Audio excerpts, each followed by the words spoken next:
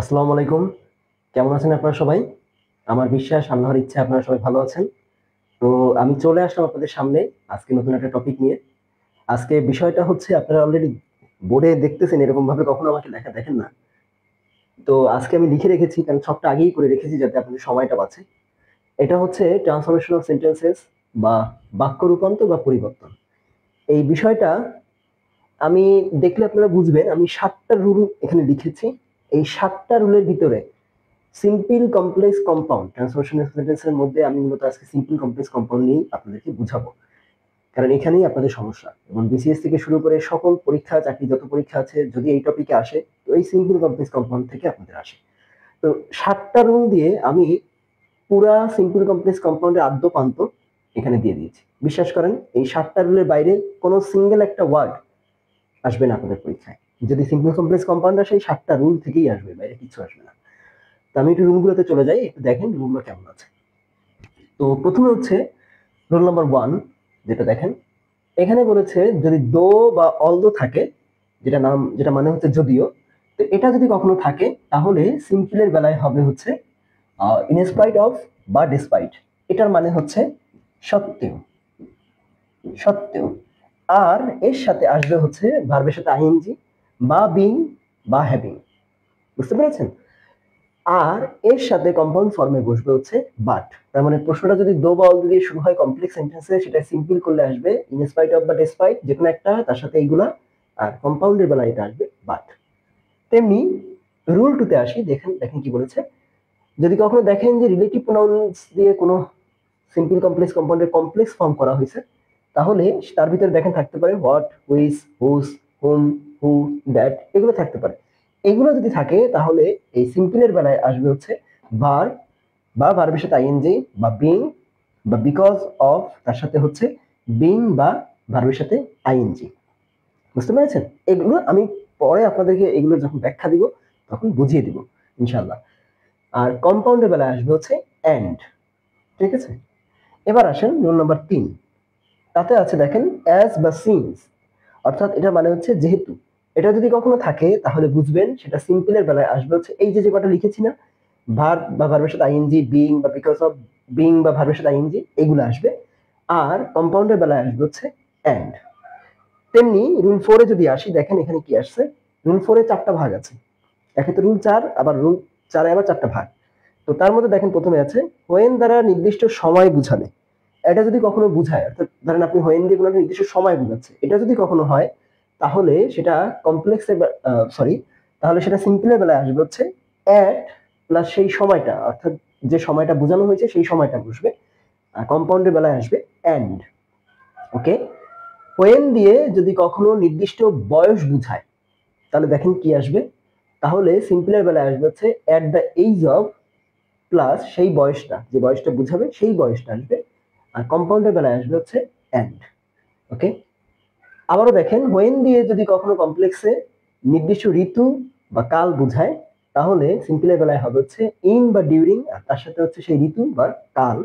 আর কম্পাউন্ডের বেলায় হবে হচ্ছে এন্ড। 4 নম্বর যেটা, এই রুল 4 এর 4টা ভাগ যেটা শেষ, যেটা সেটা হচ্ছে দেখেন হোয়েন দ্বারা চলমান কাজ বা ঘটনা বুঝালে তাহলে দেখেন কি দাঁড়াচ্ছে। তাহলে আসবে হচ্ছে at the time of plus সেই কাজ বা ঘটনা, আর তার সাথে কম্পাউন্ডের বেলায় এন্ড। ওকে? এবার আসেন রুল 5 এ। রুল 5 এ বলেছে যদি কখনো কোনো সেন্টেন্সে দেখেন সো ডট ডট দ্যাট, অর্থাৎ সো এরপর একটা অ্যাডজেক্টিভ তারপর হচ্ছে দ্যাট, এটা যদি কখনো থাকে তাহলে দেখবেন এটাকে বলা হয় এতটাই যে। এটা কখনো থাকলে এখানে আসবে সিম্পলের বেলায় টু ডট ডট টু বা টু ডট ডট টু, বা আপনারা যেটা এটাকে বলেন টু ডট ডট টু। ওকে, যেটা আপনাদের বুঝতে সুবিধা হয় সেটাই বললাম এইটা। আর কম্পাউন্ডের বেলায় আসবে হচ্ছে ভেরি ডট ডট এন্ড। ওকে? এবার আসেন রুল 6। আসলে অনেক গাদাগাদি করে লিখছি কারণ বোর্ডে ধরে না, 7টা রুল এখানে ধরার কথাও না। তো রুল 6 যেটা আসবে সেটা হচ্ছে যদি কখনো দেখেন সো দ্যাট থাকে, সো দ্যাট এটার মানে হচ্ছে যাতে করে, সো দ্যাট যাতে করে, এটা যদি কখনো থাকে তাহলে সিম্পলের বেলায় আসবে হচ্ছে টু বা ইন অর্ডার টু, যেটা মানে হচ্ছে উদ্দেশ্যে। আর এখানে কম্পাউন্ডের বেলায় আসবে হচ্ছে এন্ড। এইবার আসেন রুল 7 এ। রুল 7 এর আবার দুইটা ভাগ।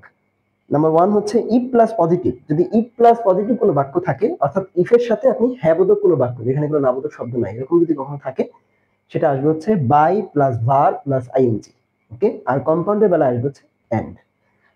তেমনি যদি ইফ এর সাথে নেগেটিভ কোনো বাক্য থাকে, এটাকে আপনি আনলেস দিয়েও করতে পারেন। আনলেস মানে তো যদি না, ইফ প্লাস নেগেটিভ মানেই হচ্ছে আনলেস, অর্থাৎ যদি না। এটা যদি থাকে তাহলে আসবে হচ্ছে সিম্পলের বেলায় without plus verb plus ING, আর কম্পাউন্ডের বেলায় আসবে অর। একটু খেয়াল করেন, আমি প্রথমে একবার দিয়েছি বাট, এই একটা জায়গায় দিয়েছি, আমি রুলগুলো এমন ভাবে সাজিয়েছি যে আপনাদের সহজে মনে থাকে।